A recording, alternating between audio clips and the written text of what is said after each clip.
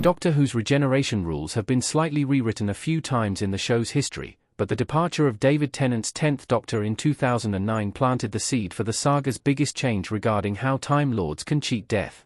Of all the Doctor Who regeneration scenes, 10 stands out particularly well for his emotional outburst just before exploding in a plume of orange energy. His final words turned out to be far more than what they initially seemed, although the reveal didn't properly happen until the end of Doctor Who's 60th anniversary specials. Tennant led the show as the Doctor after Christopher Eccleston's single-season tenure in the TARDIS ended in 2005.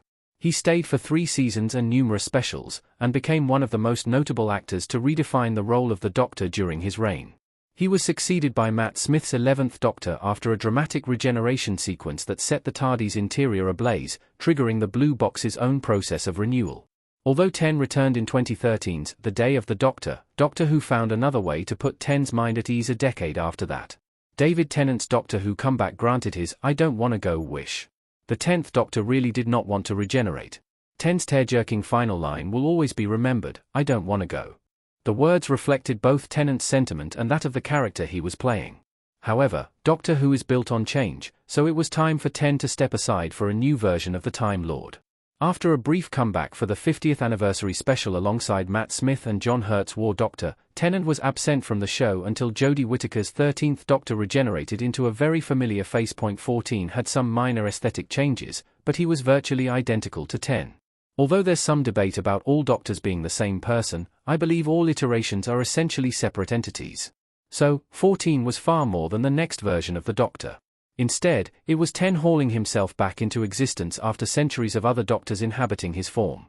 In reality, Tennant's return was a way of steadying the ship for the show's 60th anniversary celebrations after Chris Chibnall's divisive era. In the show's canon, it proves just how deeply 10 meant, "I don't wanna go." Bigeneration was just what 14 needed to get over his fear of regeneration. 14 can live far longer than he did as 10, thanks to his retirement. Russell T Davies didn't just allow 10 to reclaim his place after the Jodie Whittaker era. The returning showrunner made an even more extreme alteration to Doctor Who's regeneration rules during Tennant's comeback. When hit by Neil Patrick Harris Toymaker and his massive laser, 14's regeneration sequence begins just as traditionally as ever, but when Ncuti Gatwa's 15th Doctor starts to emerge, 14 doesn't go anywhere.